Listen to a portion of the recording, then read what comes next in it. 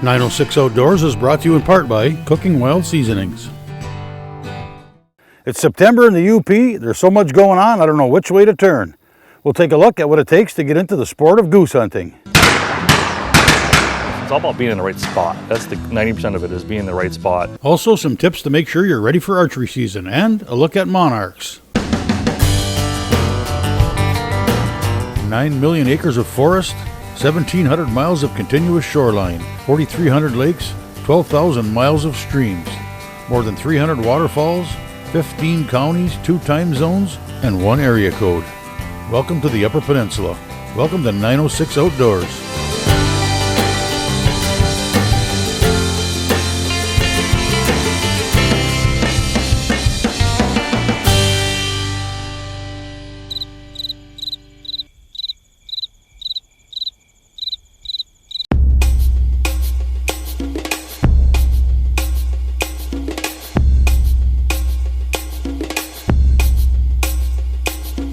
Dominic, my son here, his first goose hunt with the gun, actually shooting today, and first bird, he knocked her right down and did a good job.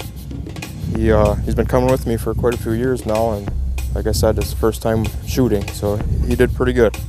I've had the opportunity to film a few goose hunts.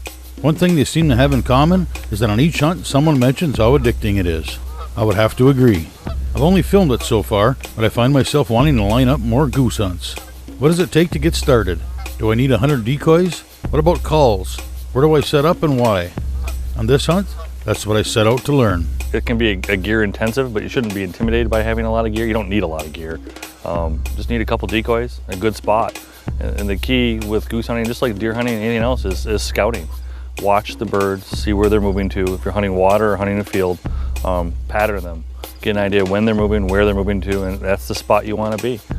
Get permission and be in that place before they move, and have the right size shot that you're capable of shooting. 12 gauge is fine. We had a young fellow out here today shooting a 20 gauge, and he was able to knock down a couple birds with that, no problem. Just make sure you're competent with your weapon, safe with the weapon, and go out and have fun.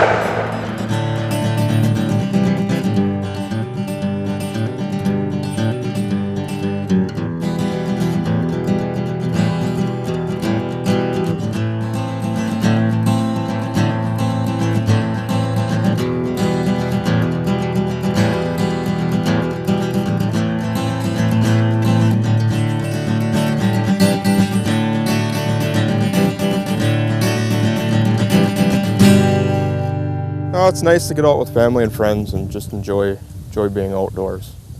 It's not always about how many you shoot. Today's show is brought to you in part by Rapid River Knife Works, home of Michigan's largest custom knife factory showroom.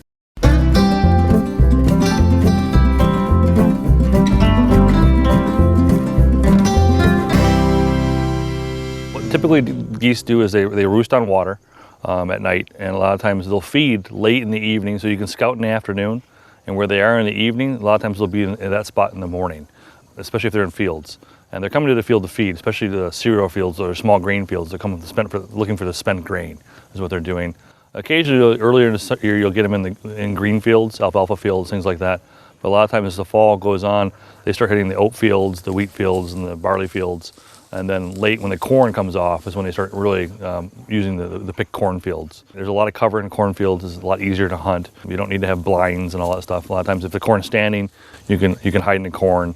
It makes it a little easier for people to get into it.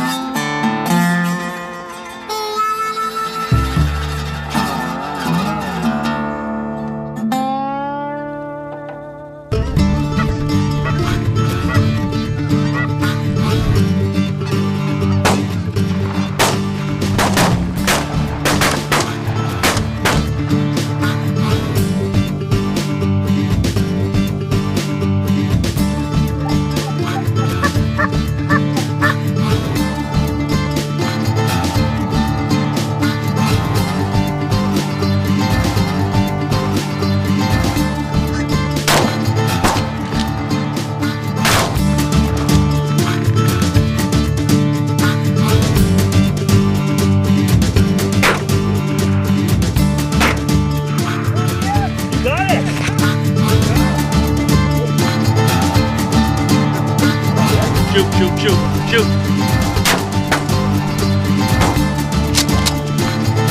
Got one.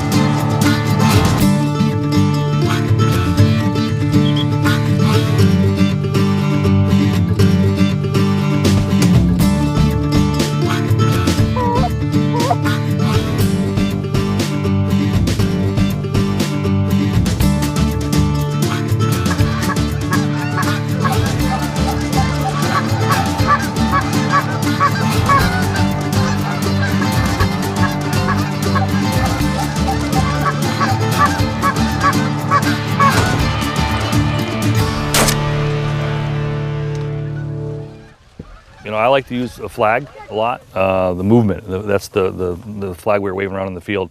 Geese see that at a distance, and it implies that geese are landing, so they're going to follow that in. And you can use that right up to where they almost come to the ground. Calling, you know, you don't have to be a world champion caller to be effective for geese. If you can just make a honk noise, a little bit of a growl to get them right when they're going to land, those can be effective. Sometimes you don't need calls. It's all about being in the right spot. That's the 90% of it, is being in the right spot. You don't have to have the fanciest decoys, just being where the geese want to be. That's the most effective thing you can do. Calling is something you need to practice with, and you want to mimic natural geese. So go out and watch them on a lake or a river someplace, or in a field, listen to them, see what they're doing, how they talk to each other, how they respond when other geese are flying into a flock that's already on the ground. And pay attention to that. That's what you want to sound like that. You want to make them feel comfortable, so they're going to come close by. The guys today had a combination of different models and blinds, and when they first came on the market 10 years ago, they were pretty expensive, but nowadays they're quite reasonable and they're easy to get. The key with blinds is get one that's comfortable, practice using it. It's a lot different hunting from a laying down position and sitting up and shooting, because the birds are going to be really close. It's hard to get used to the distance, and it takes a couple seconds to get up and be in a position to shoot.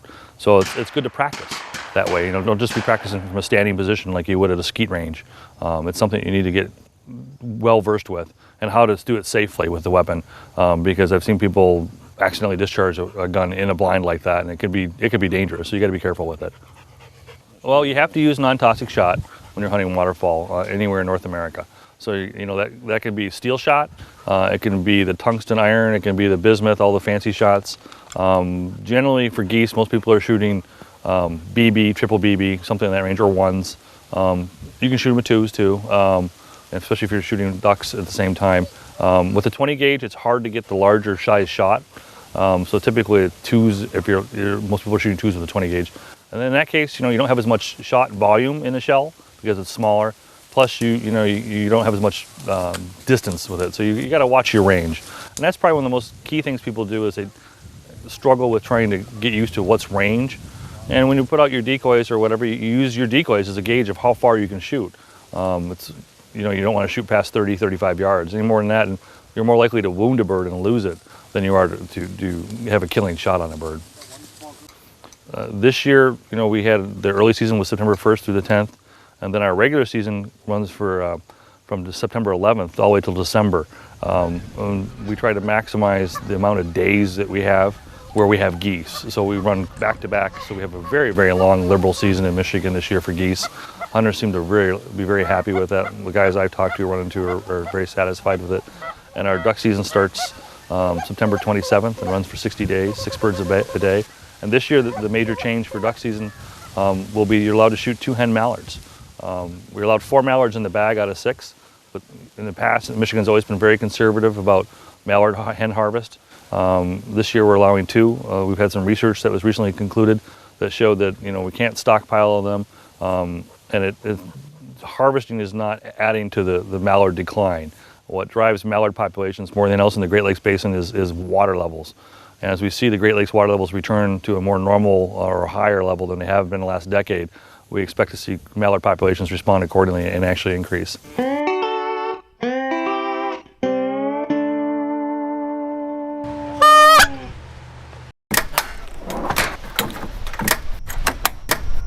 .906 Outdoors is brought to you in part by Orion Hunting Products. Archery season is right around the corner. Here's some tips to make sure you're ready to go. No matter whether you have a longbow, recurve, compound, or crossbow, you've got to practice. And particularly with crossbows, and the fact that you have to be very familiar with the bow, how it works, cocking it, unloading it, how the safety works. That's the biggest reason to practice with the crossbows. Not only do you want to make sure that it's sighted in, but you want to make sure you're familiar with it so that when you're using it, it's almost second nature, that you're not going to have the safety on when that big buck comes. And you want to make sure that everything is up to snuff with the bow, but also with you and using your bow. The traditional guys, they'll practice all year long.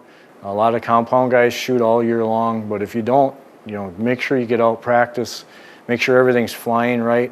Double check your broadhead flight, make sure that that's flying the same as your field tips. And then of course you want to check your bow over, make sure everything's good. Compound bows, go around, tighten up all the little screws. Then of course look the cables over, the string, make sure the serving is good. Guys that are using a peep sight with the tube, $2, replace the tube. It's a simple thing to do every year, but if that breaks, your tube, your peep sight will spin, it won't be lined up, and you won't be able to hunt. Lube your string, wax your string good, your cables. On the compounds, check your servings around the pulleys. Make sure that they're not cracked, ready to break. Double check your release, make sure that's working good. This crossbow here, the fella had it hanging in his garage. Looks like a mouse chewed on his cable, so now he's going to have his cables replaced. Usually what we like to do when we do that is we'll put string and cables on so that it's a match set and everything's timed and it's going to shoot correctly. On this crossbow right here, the rail wasn't waxed properly all the time and he wore through his serving. That isn't a real big deal, but it has to be done. Make sure you wax your string, lube your cables. This crossbow happens to have a slide in here. You can see where the cables go through the plastic slide, and that's good. But this still has to be lubed up. On the cheaper ones, this cable is rubbing on the top of this cable slot. It's really critical that those be lubed up really, really well, or you'll wear through the cables. And if this breaks and blows apart, it's going to be a really expensive repair. It could break a limb. The other thing on the crossbow is it's super important that you tighten all of the bolts. Make sure everything's tight. Make sure that these bolts are tight, this is tight. Make sure your limb bolts are tight. Make sure that nothing's vibrating, gonna rattle, loose. And then of course on your scope, you wanna make sure that everything is really tight. There's a tremendous amount of force when you fire a crossbow, a lot of vibration. That's where this stuff can come loose. The other thing you wanna check out, this is the most critical part of your complete outfit, is your arrow. The arrow and broadhead are what actually kills the animal. Every bow out there, whether it's a longbow, recurve, compound, crossbow, all they are is an arrow launcher. Some do it a little better than others, but that's what they do. They launch the arrow. The arrow is critical. It has to be good quality. It's got to be well balanced. It's got to be tuned to the bow. There's more to arrows than just buying an arrow and putting a broadhead on it and going hunting. A couple things you want to watch for. you'll notice that the broadhead is perfectly lined up with the vanes. Everything is in line, and that's critical. On a two-blade broadhead, what you want to do, you want to line it up so that both of the blades are lined up with the hen feathers or the two solid colored feathers. The other thing that you have to watch, and we run into this a lot with low-end arrows coming from discount stores and whatnot. When you spin this arrow, you'll notice that it spins perfectly true. There's no wobble to that arrow whatsoever. It's not going to do this in flight. Everything is critical, very critical that you shoot really good arrows, really good broadheads. Everything is balanced, and the right spine, the right length for your bow at your draw length and your poundage. You want a really good, super sharp broadhead. It's just going to make a better shot, better kill, better penetration. These three-blade broadheads work extremely well on crossbows, by the way. Today's show is brought to you in part by Rapid River Knife Works, home of Michigan's largest custom knife factory showroom.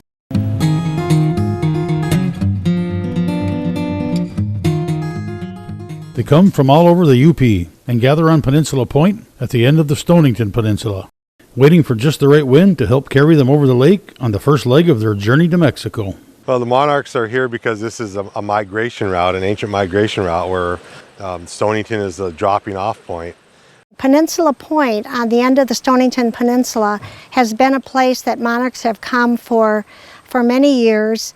They like to come down to the end of the peninsula. They funnel down. They do not like to fly over water. And so they will come down to the end of the peninsula, usually with a northwest wind. And they love the cedar trees down here, and they will roost on these trees. And when the wind turns north, that's a signal that they're going to leave. They will go across the water with a north or a northeast wind. So when we're looking for migration down here, we never really know exactly when it's going to happen, but we can watch the wind patterns to see, and especially at the end of August and into September, that's when they will start congregating and gathering down at the lighthouse. I think that this peninsula here it's kind of centrally located, and I think because of the position and the formation of the peninsula, the butterflies are kind of channeled down here with the wind. They stay along the coastline and fly down here and then all congregate down here. So I would think many of them from the UP would be here. And so they come here to fly to Door County on their trip way down to Mexico, and they use this as a stopping point to rest. You get a lot of them here when you get a south wind because they can't fly against the wind. They always fly with the wind to their back. So the ones that are here to migrate don't actually make it back up. They go down to Mexico, they spend the winter there, and then when spring comes, they drop out of the trees and work their way back up. But by that time, they're fairly old butterflies, so it's their offspring that come back up. So up in this part of the world, it's probably their second to third generation that make it back up here, up to the Upper Peninsula. The monarchs that do not migrate live for 2 to 6 weeks. And during that time, a female can lay hundreds of eggs. So they will lay an egg on a milkweed plant, usually on the bottom of the leaf. And then in maybe 1 or 2 days, that egg will hatch. That is stage 1 of the larva. And the caterpillar will eat the eggshell. That's its first food. And then it just starts nibbling around the leaf.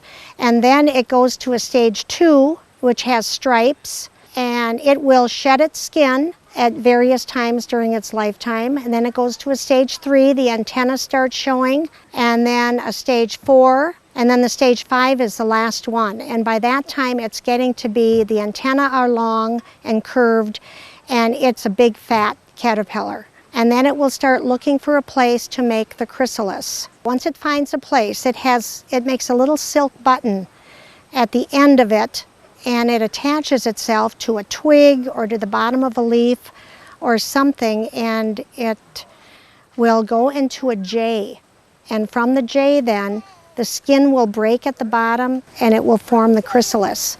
And that is green, but it has little gold dots. It's in the chrysalis for 9 to 14 days. And then it breaks open in the bottom and the butterfly comes out, and It pumps a fluid into its wings because its wings are all folded up. It pumps a fluid into its wings, and then the wings get to be full size.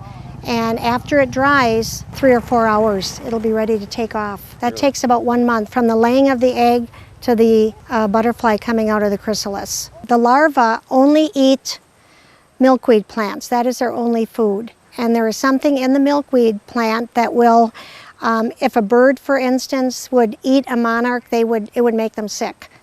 And so they are protected that way from predators. We try to tag as many as we can. We have small little round stickers that have a number on them, and this sticker is put right on the discal cell of the hind wing of each monarch. So as we tag them, we also record if it's a male or female, and the way to tell them is on their bottom wings. If on the inside of it there's a black spot on either side. If there's a black spot on the side, that's a male butterfly, and if there's no spot, then it's a female butterfly. That one's a female that is lacking a scent gland. That's a male. We got the scent glands, those little dots. And we write down the number. And those numbers on the sheets are sent to the University of Kansas, where the tagging center is, and they are kept on file. As the monarchs migrate, of course, they're heading down toward Mexico for their wintering season. During the winter, any monarchs that are found down there, they will look at the number, and that number will be sent back in, and then at the center they will know what region the monarch came from. And we actually have 20 to 25 monarchs that have been tagged here on the Stonington Peninsula that have been found in Mexico. We have certificates that are sent to us when this happens, so that is very exciting to know that they're making it to Mexico. It's just a phenomenon that these butterflies can do that and get down that far. We have a lot of people that are working for the monarchs, even though their wintering grounds in Mexico are getting smaller and their numbers are getting less. We have many people down there that are trying to protect the monarchs too, as we do up here in our country, and helping these winged voyagers to make their journey back